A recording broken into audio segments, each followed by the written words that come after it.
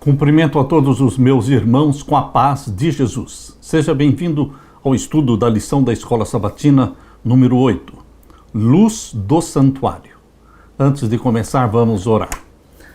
Pai querido que estás nos céus, humildemente na tua presença, invocamos a tua bênção, a bênção do Espírito Santo. Derrama sobre mim e os meus irmãos do Espírito Santo neste momento, que ao abrirmos a tua palavra mais uma vez, o Senhor nos ilumine a mente, nos ajude a compreender, a viver, a pregar a mensagem que o Senhor nos deu, para a glória do teu nome. É em nome de Jesus que pedimos. Amém. Luz do santuário. O verso áureo, ora, o essencial das coisas que estamos dizendo é que temos tal sumo sacerdote, que se assentou à direita do trono da majestade, nos céus, como ministro do santuário e do verdadeiro tabernáculo que o Senhor erigiu e não o homem. Hebreus 8, verso 1 e verso 2. A Bíblia é muito clara quando fala do santuário do céu, o santuário celestial, onde Cristo ministra. Jesus não poderia ministrar no santuário da terra, porque no santuário da terra somente os da tribo de Levi, os da família de Arão, poderiam ser sacerdotes. Jesus não era da tribo de Levi, Jesus era da tribo de Judá. Portanto, no santuário da terra ele não poderia ser sacerdote. Mas a Bíblia fala do verdadeiro santuário, que não é uma cópia, é o original, que é o santuário do céu.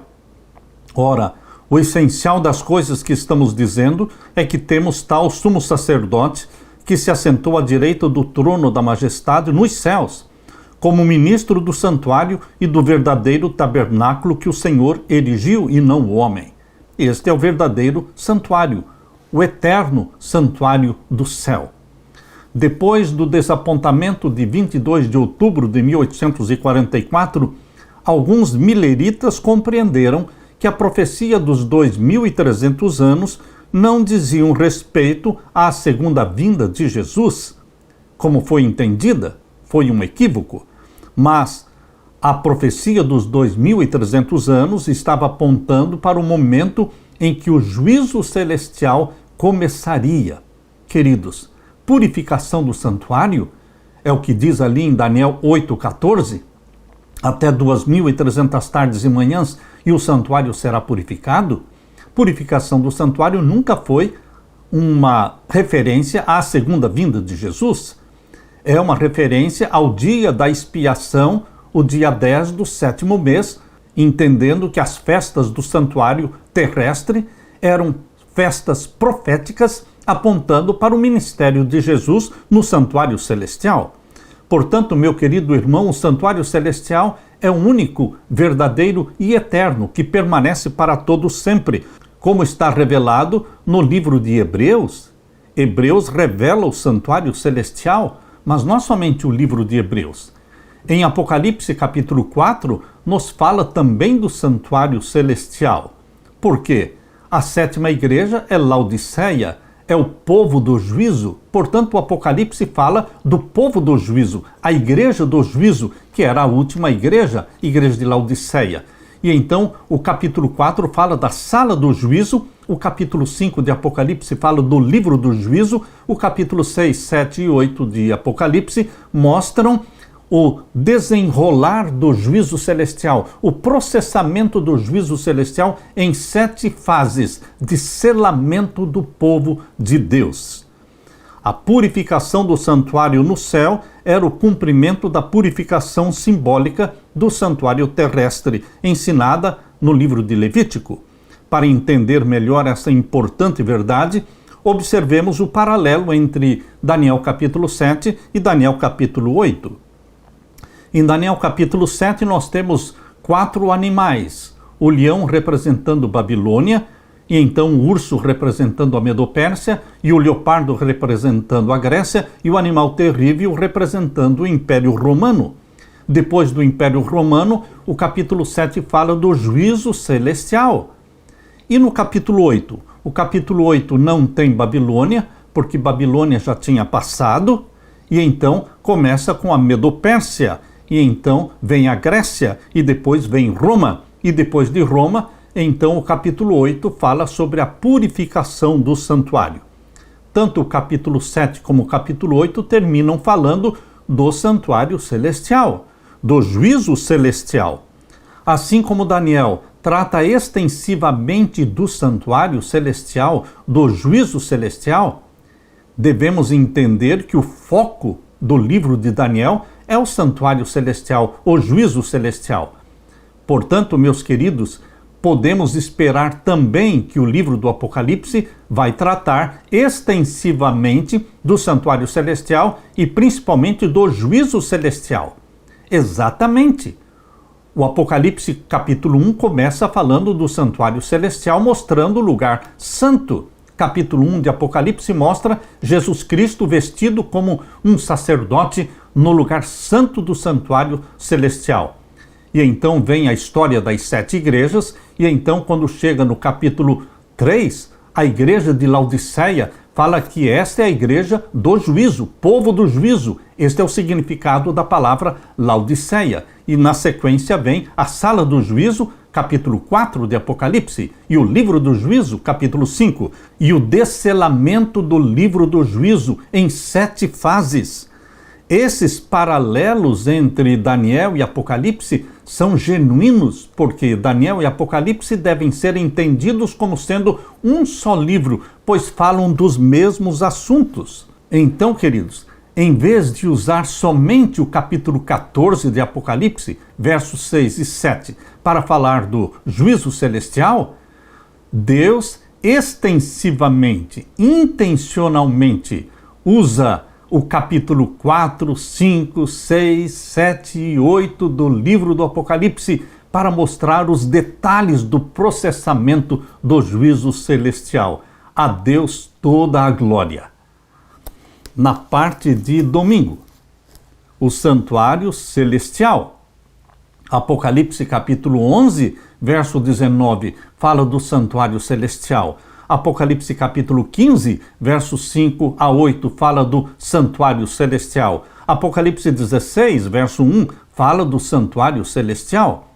Queridos, o santuário celestial foi representado por uma cópia, uma maquete que foi construída lá no deserto por Moisés. Deus deu a ordem: e me farão um santuário para que eu possa habitar no meio de vocês. Isto está em Êxodo capítulo 25 e o verso 8. Leia comigo. Êxodo 25, verso 8. E me farão um santuário e habitarei no meio deles.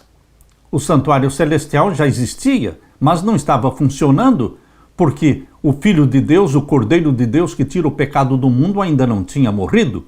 Então Deus mandou Moisés construir um santuário na terra com todos os símbolos, com todos os tipos do ministério de Cristo. Me farão um santuário para que eu possa habitar no meio deles. Este santuário da terra era composto de um pátio onde existia o altar de sacrifício e a pia. E então vinha o lugar santo, onde existia um candeeiro com 7 lâmpadas e uma mesa com os pães, 12 pães da preposição. E então ali dentro do lugar santo existia o altar de incenso, o altar de ouro de incenso. E então existia um véu, uma cortina separando o lugar santo do Santíssimo.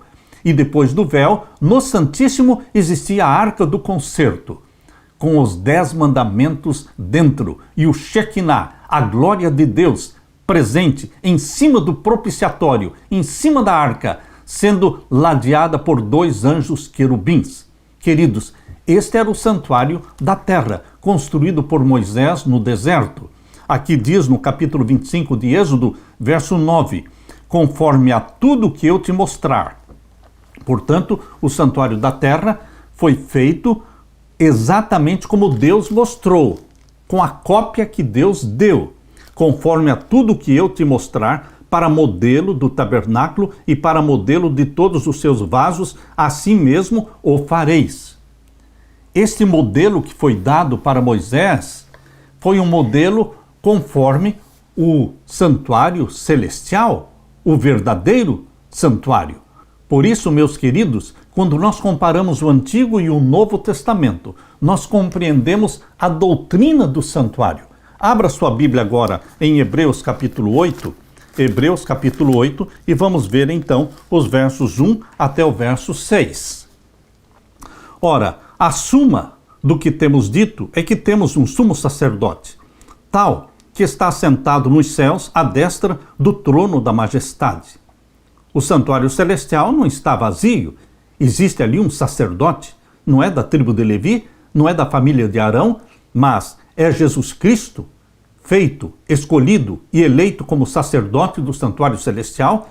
Essa escolha foi feita pelo próprio Pai, que o nomeou como sacerdote do santuário celestial. Ali ele é o sacerdote e ali ele é o Cordeiro de Deus também, e ali ele também é o sumo sacerdote. Verso 2. Ministro do santuário e do verdadeiro tabernáculo, o qual o Senhor fundou e não o homem.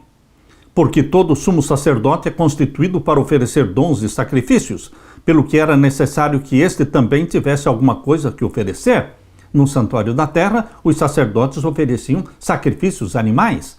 Mas no santuário celestial, o próprio Filho de Deus oferece o seu próprio sangue. Ele é o Cordeiro de Deus. Verso 4. Ora, se ele estivesse na terra, nem tampouco sacerdote seria. Por quê?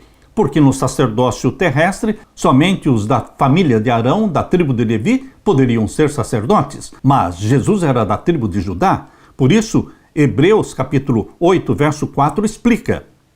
Ora, se ele estivesse na terra, nem tampouco sacerdote seria, havendo ainda sacerdotes que oferecem dons segundo a lei, os quais servem de exemplares sombras das coisas celestiais. Tudo que era feito no santuário da terra era sombra e exemplo das coisas celestiais. Como Moisés divinamente foi avisado, estando já para acabar o tabernáculo, porque foi dito, olha, faze tudo conforme o modelo que no monte se te mostrou. Mas agora alcançou ele ministério tanto mais excelente, quanto é mediador de um melhor concerto. Jesus Cristo é o mediador de um melhor concerto, porque não se baseia na morte de animais. No santuário celestial não existe morte de animais. Existe um único sacrifício único de Jesus Cristo, que morreu na cruz do Calvário. Morreu, ressuscitou, subiu ao céu, foi entronizado no santuário celestial. No dia do Pentecostes, 50 dias após a sua ressurreição, foi feita a festa do Pentecostes do santuário celestial. Quando Cristo foi entronizado, ungiu o santuário celestial e então enviou o Espírito Santo, que foi derramado em forma de chuva temporã sobre a igreja. Queridos, aqui nós temos o Antigo e o Novo Testamento. Nós temos aqui o santuário da terra e o santuário celestial. Apocalipse 3 termina falando da última igreja na face da terra, Laodiceia, povo do juízo. E logo na sequência da carta do povo do juízo, Deus mostra em Apocalipse 4 a sala do juízo. E então no capítulo 5, o livro do juízo. E então no capítulo 6, 7 e 8, o processamento do juízo em 7 fases. 7 fases do selamento do povo de Deus. Ao se debruçarem sobre as Escrituras, depois de 22 de outubro de 1844, aqueles cristãos adventistas mileritas, ainda não existia a Igreja Adventista do Sétimo Dia, eram cristãos adventistas mileritas que passaram pelo desapontamento de 22 de outubro de 1844. Os primeiros crentes adventistas mileritas entenderam que existiam 2 santuários mencionados na Bíblia, o que Moisés construiu e o original no céu. O termo santuário, como é usado na Bíblia, refere-se em primeiro lugar ao tabernáculo construído por Moisés, como modelo ou tipo das coisas celestiais, e em segundo lugar, ao verdadeiro tabernáculo no céu, para o qual o santuário terrestre apontava. Com a morte de Cristo, o ritual típico perdeu a sua importância. O verdadeiro tabernáculo no céu é o santuário da nova aliança. A nova aliança é feita com o sangue de Jesus Cristo, visto que a profecia de Daniel 8,14, até 2.300 tardes e manhãs, e o santuário será purificado? Visto que esta profecia se cumpre nesta era, no Novo Testamento, no período da Nova Aliança, então o santuário mencionado em Daniel 8,14 é o santuário celestial. Não existia mais em 1844 o santuário da terra. Ao terminarem os 2.300 dias em 1844, já por muitos séculos não havia santuário na terra. Por isso, a profecia, até 2.300 tardes e manhãs e o santuário será purificado, aponta inquestionavelmente para o santuário do céu. O santuário no deserto, construído por Moisés, era uma maquete, um modelo do santuário celestial. Os serviços no santuário da terra prenunciavam o plano divino da salvação. Cada sacrifício oferecido representava a oferta de Jesus na cruz do Calvário. Por meio da morte de Cristo, estamos livres da condenação do pecado. A culpa deixa de existir quando aceitamos o sacrifício de Jesus em nosso favor e confessamos os nossos pecados, conforme diz em 1 João 1,9. Jesus não é apenas o Cordeiro que morreu por nós, ele é também o sacerdote. E não é somente o sacerdote, ele é também o sumo sacerdote, que ministra a seu favor lá no santuário do céu. Jesus pode salvar perfeitamente os que por ele se aproximam de Deus, vivendo sempre para interceder por eles. Isto é o que Paulo diz em Hebreus 7:25. Ele remove a culpa. Jesus nos salva do poder do pecado. Não somente perdoa o pecado, mas nos dá poder para vencer o pecado. O ministério de Jesus no santuário do céu é a nosso favor. Como resultado da sua intercessão, o domínio do pecado em nossa vida é quebrado. Bendito seja Deus, porque o perdão dado por Deus, ele nos dá também o poder para vencer o pecado, quebrar o domínio de Satanás sobre nós. Não estamos mais escravizados à natureza pecaminosa, porque não vivemos segundo a carne, e sim vivemos segundo o Espírito, que nos gerou, o Espírito Santo. Em Cristo somos livres da condenação e também do domínio do pecado. Memorize esta frase. Em Cristo somos livres da condenação e do domínio do pecado. Apegados a Jesus, temos a certeza da salvação. No cristianismo, em geral, não se destaca o santuário celestial. No cristianismo em geral não se fala, não se prega sobre o ministério de Jesus no santuário do céu. Esta é uma doutrina esquecida, mas o movimento adventista, a Igreja Adventista do Sétimo Dia, foi chamada por Deus para apresentar diante do mundo as verdades do santuário celestial. Queridos, a única forma de entender o plano da salvação é entender todas as festas proféticas do santuário da terra que se cumprem no ministério de Cristo no santuário celestial. A festa da Páscoa apontava para a morte de Cristo, porque Cristo morreu no dia da Páscoa, dia 14 de Nisan, do ano 31. E a festa dos pães asmos aponta para a ceia do Senhor, quando nós comemos da carne e bebemos do sangue de Jesus Cristo. A festa das primícias aponta para a ressurreição de Jesus e daquela multidão que ressuscitou com Jesus. A festa do Pentecostes aponta para a entronização de Jesus no santuário do céu, quando ele ungiu o santuário do céu e ele foi entronizado e enviou o Espírito Santo sobre a sua igreja no primeiro século. A festa das trombetas aponta para a proclamação de que Jesus Cristo voltaria em 1844. Mas não era a volta de Jesus, era o início do juízo celestial. A festa da expiação, o dia da expiação do dia 10 do sétimo mês, apontava para o grande dia da expiação, o grande dia de juízo celestial, que começou em 1844. Hoje nós estamos vivendo em pleno dia da expiação.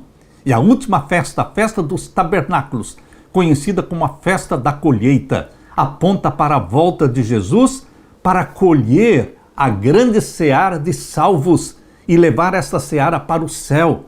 Queridos, assim como a festa dos tabernáculos, a festa da colheita, durava 7 dias, Também, quando Jesus Cristo voltar para buscar a sua igreja e arrebatá-la para o céu, nós faremos uma viagem de 7 dias ascendendo ao céu. Bendito seja o Senhor pela revelação que nos vem através das festas proféticas do santuário. Primeiramente o santuário da terra, mas elas se cumprem no ministério de Cristo no santuário celestial. Aleluia! Na parte de segunda-feira, no Santo dos Santos. Queridos, o santuário tinha o lugar santo e o lugar santíssimo. O lugar santíssimo é chamado o Santo dos Santos. Abra sua Bíblia em Levítico capítulo 16. Levítico capítulo 16, vamos ver o verso 21. Aqui em Levítico capítulo 16, a partir do verso 15, está descrevendo o dia da expiação, que era o dia 10 do 7º mês. O dia da expiação era um dia de juízo. Aqui diz o verso 15: depois degolará o bode da expiação, que será para o povo, e trará o seu sangue para dentro do véu. No dia da expiação eram escolhidos 2 bodes, um bode para representar Jesus, que era morto, e com o sangue deste bode representando Jesus, o sumo sacerdote entrava para dentro do véu, no lugar santíssimo, para fazer a purificação do santuário. Os pecados que foram confessados diariamente, eles foram acumulados, transferidos para dentro do santuário, e o dia da expiação era o dia da purificação do santuário, um dia de juízo. E o verso 21, depois que o sumo sacerdote terminava a purificação do santuário, ao ele sair, ele pegava o outro bode, que representava Satanás, e colocava sobre a cabeça deste outro bode os pecados removidos do santuário. Só que este bode, representando Satanás, não era morto, porque a expiação era feita com o sangue do outro bode, do primeiro bode que representava Jesus. O bode representando Satanás, ele era levado vivo para o deserto e deixado lá para morrer. Por isso diz aqui em Levítico 16, verso 21, e Arão porá ambas as suas mãos sobre a cabeça do bode vivo, e sobre ele confessará todas as iniquidades dos filhos de Israel, e todas as suas transgressões, segundo todos os seus pecados, e os porá sobre a cabeça do bode, e enviá-lo-á ao deserto pela mão de um homem designado para isto.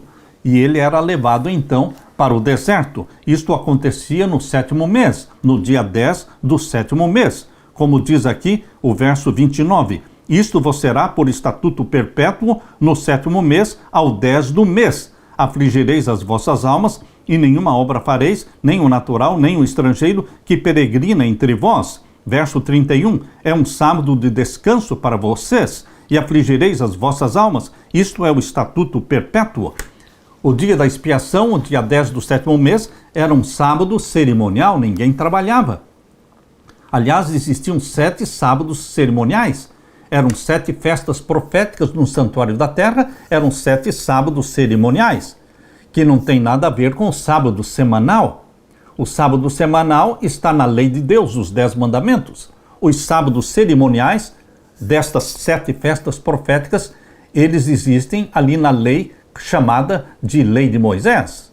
Foi dada por Deus, mas é conhecida por Lei de Moisés porque foi escrita por Moisés.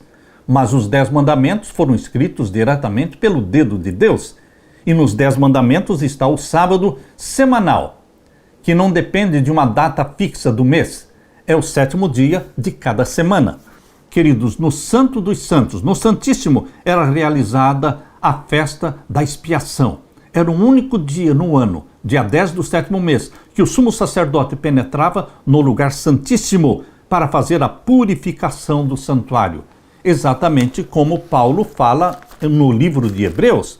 No livro de Hebreus, o capítulo 9. Abra sua Bíblia, no livro de Hebreus, o capítulo 9, nós vamos ver aqui a descrição que Paulo faz do dia da expiação.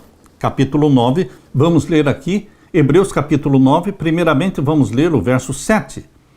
Mas no segundo, ou seja, no segundo compartimento, que é o Santo dos Santos, só o sumo sacerdote, uma vez no ano, não sem sangue, que oferecia por si mesmo e pelas culpas do povo. Portanto, no lugar santo, o sacerdote entrava todos os dias, mas no segundo compartimento. No Santo dos Santos, o sumo sacerdote entrava uma vez por ano com o sangue do bode para fazer expiação pelos pecados. E agora lemos Hebreus capítulo 9, verso 23 e 24. De sorte que era bem necessário que as figuras das coisas que estão no céu assim se purificassem, mas as próprias coisas celestiais com sacrifícios melhores do que estes.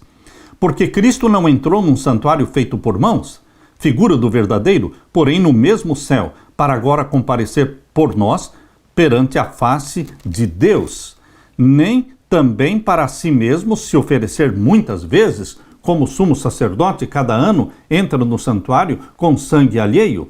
Doutra maneira, necessário lhe fora padecer muitas vezes desde a fundação do mundo, mas agora, na consumação dos séculos, uma vez se manifestou para aniquilar o pecado pelo sacrifício de si mesmo.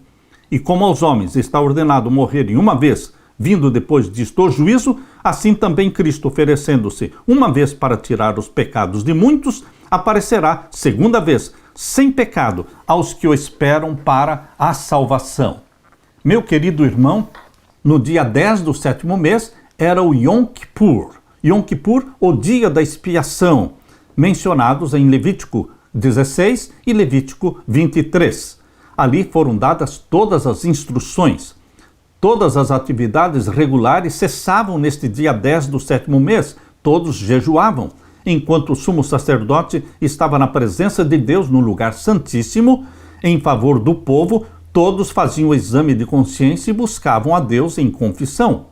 Qualquer um que não se humilhasse no dia da expiação era eliminado do povo, não faria parte do povo escolhido. No dia da expiação, o sumo sacerdote levava o sangue do bode do Senhor para o santuário e, depois de aspergi-lo no propiciatório, aplicava o sangue nos chifres do altar de ouro e do altar de bronze, purificando o santuário. Depois de fazer expiação pelo santuário, ele colocava as mãos sobre o bode vivo e confessava os pecados de Israel. Este bode vivo, representando Satanás, era levado ao deserto para ser separado do acampamento para sempre. No santuário celestial, Jesus ministrou por nós como advogado e sacerdote desde que foi entronizado no céu no dia do Pentecostes até 1844. Ele exerceu a função de sacerdote, de advogado. Porém, em 1844, ele entrou no Santíssimo do Santuário Celestial para receber da mão do Pai o livro selado com 7 selos, o livro do juízo, e iniciou o desselamento do livro. O selamento em 7 fases do povo de Deus. O juízo celestial, Yom Kippur, no dia 10 do 7º mês. Isto representa a festa do juízo celestial, que começou em 1844. Essa é a última fase do ministério de Cristo no santuário celestial. Ao terminar esta fase, que é o juízo celestial, a porta da graça vai se fechar, exatamente como diz em Apocalipse 8, verso 5. Jesus Cristo deixa de interceder. O incensário de ouro, que era usado para interceder, agora, conforme Apocalipse 8, verso 5, Jesus enche o incensário de ouro com fogo do altar e o lança sobre a terra e diz: está feito. Não mais perdão, não mais graça. A porta da graça foi fechada. Os ímpios permanecerão ímpios e os santos do Altíssimo permanecerão santos. Meu querido irmão, essa é a última fase do ministério de Jesus Cristo a nosso favor. Aleluia! Na parte de terça-feira, o juízo chegou. Chegou a hora do juízo. Qual é a semelhança entre Daniel capítulo 7? Abra sua Bíblia. Vamos ver a semelhança entre Daniel capítulo 7, versos 9 e 10 e Apocalipse capítulo 14. Abra sua Bíblia em Daniel capítulo 7, vamos ler os versos 9 e 10. Aqui diz: eu continuei olhando até que foram postos uns tronos e um ancião de dia se assentou. O seu vestido era branco como a neve, o cabelo da sua cabeça como a limpa lã, o seu trono chamas de fogo e as rodas dele fogo ardente. Verso 10. Um rio de fogo manava e saía de diante dele, milhares de milhares o serviam e milhões de milhões estavam diante dele. Assentou-se o juízo e abriram-se os livros. Claramente, a visão de Daniel aqui no capítulo 7 está falando do juízo celestial. O juízo celestial que se dá pela abertura dos livros. E agora, no capítulo 7, verso 13, mostra Jesus Cristo vindo ao Santíssimo do Santuário Celestial para receber da mão do Pai o livro do juízo. Leia comigo, verso 13. Eu estava olhando nas minhas visões da noite, e eis que vinha nas nuvens do céu um como filho do homem. E dirigiu-se ao ancião de dias, e o fizeram chegar até ele. Jesus Cristo, ele veio ao Pai no Santíssimo em 1844, no final dos 2.300 anos, para receber o livro e iniciar o juízo. E o verso 14 diz: e foi-lhe dado o domínio e a honra e o reino, para que todos os povos, nações e línguas o servissem. O seu domínio é um domínio eterno, que não passará, e o seu reino, o único que não será destruído. Meu querido irmão, aqui temos o juízo celestial no capítulo 7 de Daniel, e ainda diz aqui no capítulo 7, verso 26 e 27. Mas o juízo estabelecer-se-á, e eles tirarão o seu domínio, o domínio do chifre pequeno, o domínio papal, será tirado. Ele domina a terra no tempo do fim, mas o seu domínio acabará, porque o juízo será estabelecido, e eles tirarão o seu domínio para o destruir e para o desfazer até o fim. E o reino e o domínio e a majestade dos reinos debaixo de todo o céu serão dados ao povo dos santos do Altíssimo. O seu reino será um reino eterno, e todos os domínios o servirão e lhe obedecerão. Queridos, o foco principal do livro de Daniel é o juízo celestial. Isto aparece no capítulo 7, extensivamente, e no capítulo 8, quando fala até 2.300 tardes e manhãs e o santuário será purificado. Assim como Daniel e Apocalipse devem ser estudados como um só livro, porque falam dos mesmos assuntos, então o foco do livro do Apocalipse também é o juízo celestial. E por que o foco do livro de Apocalipse é o juízo celestial? Porque o santuário celestial é mostrado no livro do Apocalipse desde o primeiro capítulo. Como já dissemos, o capítulo 1 começa em Apocalipse mostrando o lugar santo do santuário celestial. Mas, quando chega na sétima igreja, Laodiceia, o povo do juízo, então Deus mostra a sala do juízo, o lugar santíssimo do santuário celestial. Portanto, meu querido irmão, nós vemos pleno acordo, plena concordância entre as profecias de Daniel e as profecias do Apocalipse. O juízo é um tema preeminente na Bíblia.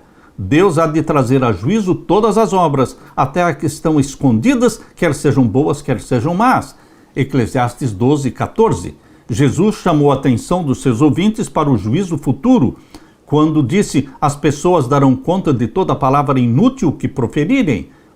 Mateus 12, 36. Paulo escreveu: Deus trará à plena luz as coisas ocultas das trevas, mas também manifestará os desígnios dos corações, 1 Coríntios 4, 5. E o profeta João ouviu o anjo dizendo: é chegada a hora do juízo, Apocalipse 14, 7. Queridos, em Apocalipse 22, abra sua Bíblia, Apocalipse 22, e vamos ver então os versos 10 a 12. Leia comigo. E disse-me: não seles as palavras da profecia deste livro, porque próximo está o tempo. Interessante que as profecias de Daniel foram seladas até o tempo do fim. As profecias de Daniel só começaram a ser entendidas no tempo do fim. Mas as profecias de Apocalipse não foram seladas. Não seles as palavras da profecia deste livro, porque Apocalipse quer dizer revelação. E o verso 11: quem é injusto, faça injustiça ainda, e quem está sujo, suje-se ainda, e quem é santo, seja santificado ainda. Meu querido irmão, esta frase de Apocalipse 22, verso 11, será proferida num tempo específico, exatamente no fechamento da porta da graça, quando Jesus Cristo lançar o incensário sobre a terra. Apocalipse 8, verso 5. Os versos 3 e 4 mostram Jesus fazendo a grande e última intercessão. É o sétimo selo. E depois de fazer a última grande intercessão no sétimo selo, Apocalipse 8, versos 3 e 4, então Jesus pega um incensário de ouro, enche do fogo do altar e o lança sobre a terra. E no livro Primeiros Escritos, de Ellen White, na página 279, ela diz que quando Jesus lança o incensário sobre a terra, ela diz exatamente as palavras que estão em Apocalipse 22, verso 11. Quem é injusto, faça injustiça ainda, e quem está sujo, suje-se ainda, e quem é justo, faça justiça ainda, e quem é santo, seja santificado ainda. É o fechamento da porta da graça. E eis que cedo venho, e o meu galardão está comigo para dar a cada um segundo a sua obra. Meu querido irmão, conforme Apocalipse 8, verso 6, somente então as trombetas começarão a ser tocadas. Preste atenção nesta sequência linda que Deus colocou no Apocalipse. Uma vez que Cristo vem para dar a recompensa final, deve haver um juízo antes da volta de Jesus. Jesus virá para dar a recompensa para cada um, então eles já foram julgados. Quando Jesus Cristo descer do céu, ele já sabe quem são os salvos e quem são os perdidos, porque o juízo foi feito, é um juízo pré-advento. Quando Cristo retornar, não haverá uma segunda chance para os ímpios. Todo ser humano teve informações suficientes para tomar sua decisão definitiva e irrevogável a favor de Cristo ou contra Cristo, para receber o selo do Deus vivo ou para receber o sinal da besta. Meu querido irmão, em Cristo nós temos o perdão, e em Cristo nós temos mais do que perdão. Nós temos o poder do Espírito Santo em Cristo Jesus para vencer o mal, para quebrar o domínio do pecado, o domínio de Satanás sobre nós. Precisamos ter medo do juízo? Não, porque o juiz é Jesus Cristo e ele também é o nosso advogado. Querido irmão, minha querida irmã, nós temos em Jesus Cristo o nosso defensor e nós temos em Jesus Cristo o nosso juiz que tomará a decisão a nosso favor, porque não há nenhuma condenação para os que estão em Cristo Jesus, Romanos 8:1, que foram gerados pelo Espírito Santo. Por isso não andam segundo a carne, mas andam segundo o Espírito. Bendito seja Jesus Cristo, advogado nosso, juiz nosso. Ora vem, Senhor Jesus. Amém. Na parte de quarta-feira, a boa notícia do lugar santíssimo. Que segurança e qual é o convite que temos ali em Hebreus capítulo 4? Abra sua Bíblia. Hebreus capítulo 4, vamos ver então os versos 14 a 16. Hebreus capítulo 4, os versos 14 a 16. Visto que temos um grande sumo sacerdote. Vejam, Jesus não é somente sacerdote, ele também é sumo sacerdote. Ele trabalha no lugar santíssimo. Desde quando? Desde 1844. Temos ali um grande sumo sacerdote, Jesus, Filho de Deus, que penetrou nos céus. Retenhamos firmemente a nossa confissão, porque não temos um sumo sacerdote que não possa compadecer-se das nossas fraquezas, porém um que, como nós, em tudo foi tentado, mas sem pecado. Por isso ele entende você, porque ele foi tentado em tudo, como nós somos tentados, mas ele venceu. Cheguemos, pois, com confiança ao trono da graça, para que possamos alcançar misericórdia e achar graça, a fim de sermos ajudados em tempo oportuno. E também no capítulo 10 de Hebreus. Capítulo 10 de Hebreus, vamos ver os versos 19 em diante. Tendo, pois, irmãos, ousadia para entrar no santuário. Você entra no santuário celestial pela fé. Você se imagina entrando no santuário celestial pelo sangue de Jesus Cristo, porque é ali que Jesus Cristo está intercedendo por você.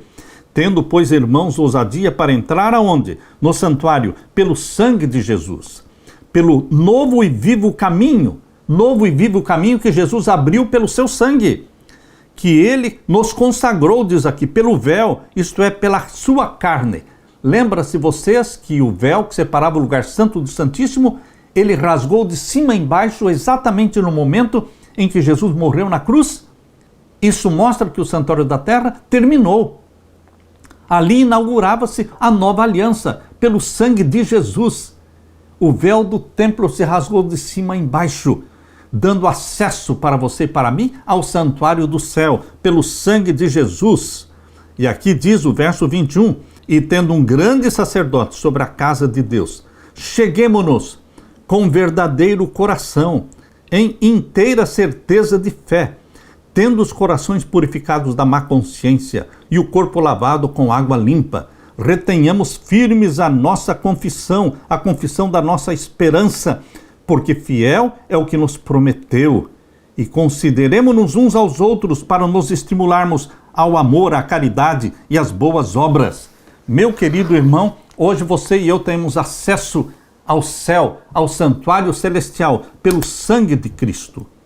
Paulo enfatiza que deveremos conservar firme a confissão e chegar com confiança, sem desistir, com fé em nosso sumo sacerdote. Nele temos tudo o que precisamos. Olhando para o pátio, vemos o sangue nos chifres do altar de bronze. Olhando para o lugar santo, vemos o sangue nos chifres de ouro do altar de incenso. Contemplamos também o sangue sendo aspergido na cortina diante do propiciatório. O sangue de Jesus prepara o caminho passo a passo. Isso nos dá esperança, pois só podemos nos reencontrar com Deus quando Jesus nos perdoa e quando Jesus nos apaga o pecado e quando Jesus nos habilita para vencer o pecado. Apocalipse 11, verso 19. Abra sua Bíblia em Apocalipse capítulo 11 e o verso 19. Nós vemos aqui, mais uma vez, no Apocalipse, o lugar santíssimo do santuário celestial. Leia comigo. 11, 19. E abriu-se no céu o templo de Deus. Esse é o templo original construído por Deus. Onde ele está? No céu. Mas em que lugar do céu? Na cidade santa. A Nova Jerusalém é o santuário de Deus. É ali que está o trono de Deus. E abriu-se no céu o templo de Deus. E a arca do seu concerto foi vista no seu templo. E houve relâmpagos e vozes e trovões e terremotos e grande saraiva. A arca do concerto que existia lá no santuário da terra era uma cópia, mas o original da arca do concerto, os 10 mandamentos originais estão no céu. Nunca foram mudados, nunca foram destruídos. Permanecem como sendo a lei do governo de Deus. Todo governo tem uma lei, e a lei de Deus é realmente a norma do governo de Deus. Meu querido irmão, em 1844, houve luz derramada por Deus sobre o santuário celestial. O povo de Deus começou a estudar a profecia e entendeu que existia um santuário no céu. E que em 1844, no dia da purificação do santuário, começou o juízo celestial. No Santíssimo do Santuário Celestial, na glória da presença divina, na sala do trono do universo, na base do trono de Deus, encontramos a lei de Deus na Arca da Aliança. No lugar santíssimo, a justiça e a misericórdia divina se revelam. Nenhum poder terreno pode mudar a lei de Deus. Por quê? Entre outras razões, ela está preservada na Arca da Aliança no céu, conforme Hebreus 8:10. Ali diz, porque esta é a aliança que farei com a casa de Israel, depois daqueles dias, diz o Senhor, imprimirei as minhas leis na mente deles e as inscreverei sobre o seu coração, e eu serei o seu Deus e eles serão o meu povo. Hebreus 8:10. Jesus nos salva totalmente, Hebreus 7:25. Totalmente somos salvos do pecado e do poder, do domínio do pecado sobre nós. Aleluia! A obediência perfeita de Jesus Cristo é creditada, é dada para você que abraçou a Jesus Cristo como Salvador e foi gerado pelo Espírito Santo e nasceu como filho, como filha de Deus. Aleluia! Na parte de quinta-feira, Jesus, nosso advogado no juízo. Qual é a diferença entre o ministério do sacerdote no santuário da terra e o ministério de Jesus no santuário celestial? Os sacerdotes no santuário da terra eram pecadores como você e eu. Tinham que primeiramente oferecer sacrifícios por si mesmos e por suas famílias, e depois pelo povo. e eles ofereciam sacrifícios diariamente. Todos os dias, às 9 da manhã e às 3 da tarde, eram oferecidos os cordeiros. Queridos, era chamado de contínuo sacrifício. Mas, no santuário celestial, Jesus Cristo, nosso sacerdote, ele nunca pecou. Então ele não precisou e não precisa oferecer sacrifícios por si mesmo, porque ele nunca pecou. Outro ponto importante é que Jesus Cristo não precisa morrer cada dia. Ele morreu uma única vez. No dia 14 de Nisan, do ano 31, Jesus Cristo morreu por você e por mim. Um único sacrifício. E este único sacrifício de Jesus é todo suficiente para perdoar todos os pecados daqueles que viveram antes dele e daqueles que viveram depois de Cristo. Portanto, os que viveram na era do Antigo Testamento e os que estamos vivendo na era do Novo Testamento, todos somos perdoados pelo poderoso e todo suficiente sangue de Jesus Cristo. Hebreus capítulo 10. Vamos ler os versos 9 a 14. Então disse: Eis aqui venho, para fazer, ó Deus, a tua vontade. Tira o primeiro para estabelecer o segundo. Ou seja, tira o velho concerto com base no santuário da terra e estabelece o segundo, o novo concerto, com base no santuário celestial. Tira a velha aliança com base em sacrifícios de animais e estabelece a nova aliança, com base no sangue do Cordeiro de Deus, Jesus Cristo. E agora diz o verso 10, na qual vontade temos sido santificados, pela oblação do corpo de Jesus feita uma vez. O oferecimento do sangue de Cristo foi feito uma única vez. E o verso 11, e assim todo sacerdote aparece cada dia, ministrando e oferecendo muitas vezes os mesmos sacrifícios que nunca podem tirar os pecados. Mas este, Jesus Cristo, não é? Havendo oferecido um único sacrifício pelos pecados, está assentado para sempre à destra de Deus. Porque com uma só oblação aperfeiçoou para sempre os que são santificados.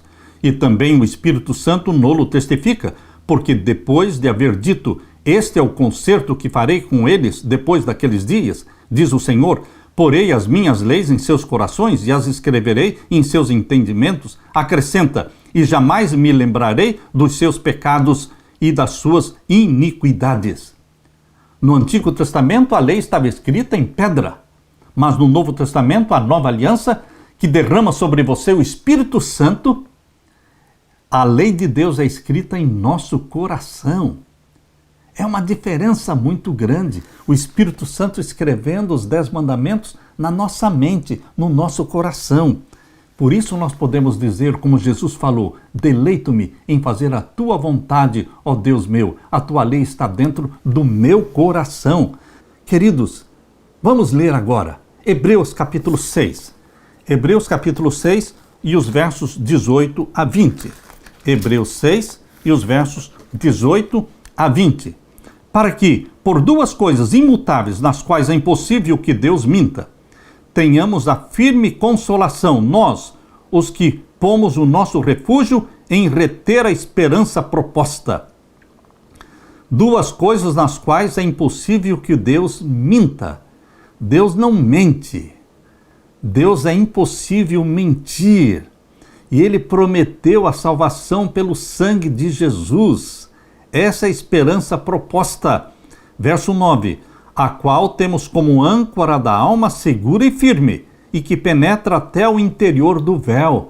Jesus penetrou no Santíssimo, no interior do véu, para interceder por você, para julgar você, para levantar a mão diante do Pai, dizendo: eu derramei o meu sangue, vejo os sinais nas minhas mãos, nos meus pés.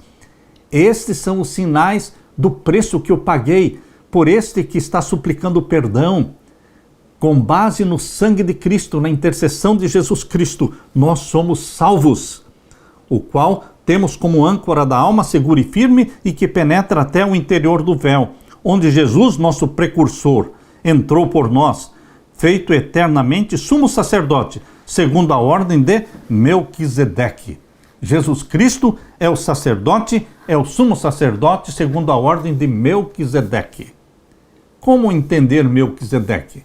Melquisedeque foi um rei conhecido de uma cidade conhecida, a cidade de Salém, o antigo nome de Jerusalém. Ele viveu no tempo de Abraão. Ele não era da tribo de Levi, porque Levi nem existia no tempo de Melquisedeque e Abraão.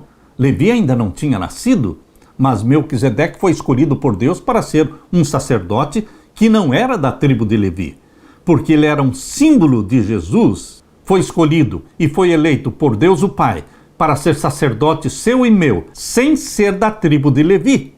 Assim como Melquisedeque foi escolhido por vontade do Pai para ser sacerdote, independente da genealogia sacerdotal, também Jesus foi escolhido pelo Pai para ser o nosso sacerdote lá no santuário do céu, sem genealogia sacerdotal. Por isso diz segundo a ordem de Melquisedeque. Queridos, a intercessão de Cristo no santuário celestial em favor do ser humano é tão essencial ao plano da redenção como foi a sua morte na cruz do Calvário. Com sua morte, ele iniciou esta obra e, após a ressurreição, ascendeu ao céu para concluí-la. O sacrifício de Cristo é perfeito em cada fase do seu ministério. A morte de Cristo é perfeita, perfeitamente suficiente para perdão dos nossos pecados. Mas é lá no santuário do céu, no lugar santo, que ele ministra como sacerdote nosso. E ali no lugar santo, Jesus Cristo também é um sacerdote perfeito, mediador perfeito. Mas é no Santíssimo que ele exerce o poder de sumo sacerdote e juiz nosso. E nesta fase de sumo sacerdote e de juiz nosso, ele também é perfeito, perfeito Salvador nosso.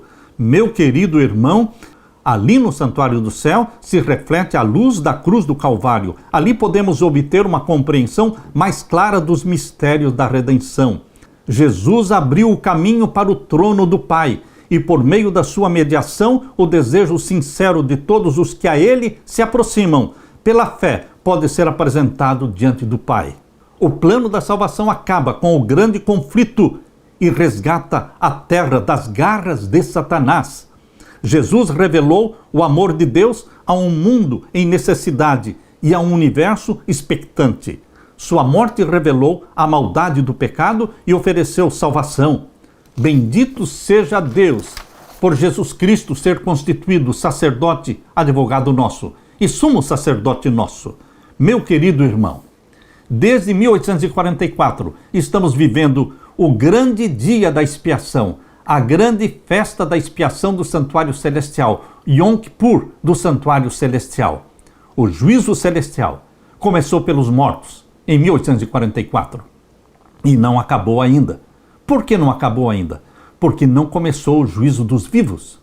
O juízo dos vivos só vai começar no tempo em que os vivos forem selados pelo selo do Deus vivo ou então pelo sinal da besta. Quando a lei dominical for aprovada e começar o selamento dos ímpios com o sinal da besta, começa também o selamento do povo de Deus pelo selo do Deus vivo. O conflito será entre sábado e domingo. Selo do Deus vivo, 7º dia da semana, o sábado bíblico. E o sinal da besta, o 1º dia da semana, sendo santificado como dia santo. Sinal de Deus, sinal da besta. Quando for aprovada a lei dominical mundialmente, vai começar o selamento dos vivos. Meu querido irmão, hoje nós vivemos no grande dia da expiação. Apegue-se a Jesus Cristo. Confesse os seus pecados. Não viva na prática de pecados conscientes. Não. Pecados conscientes sendo praticados cada dia na sua vida colocam você debaixo do domínio de Satanás. Ele domina a sua vida. Quebre o domínio de Satanás em sua vida, confessando os pecados, rompendo com os pecados, e receba o perdão de Jesus Cristo, e receba o poder do Espírito Santo para viver uma vida sem pecar pecados conscientes. É isso mesmo, receber o poder do Espírito Santo em nossa vida, que nos habilita a viver em obediência, sem praticar pecados conscientes. Meu querido irmão, Meu apelo é Hebreus capítulo 4, verso 16. Cheguemos, pois, com confiança ao trono da graça, para que possamos alcançar misericórdia e achar graça, a fim de sermos ajudados em tempo oportuno. Que Deus derrame sobre você o Espírito Santo, meu querido irmão. É a minha oração. Deixe-me orar com você.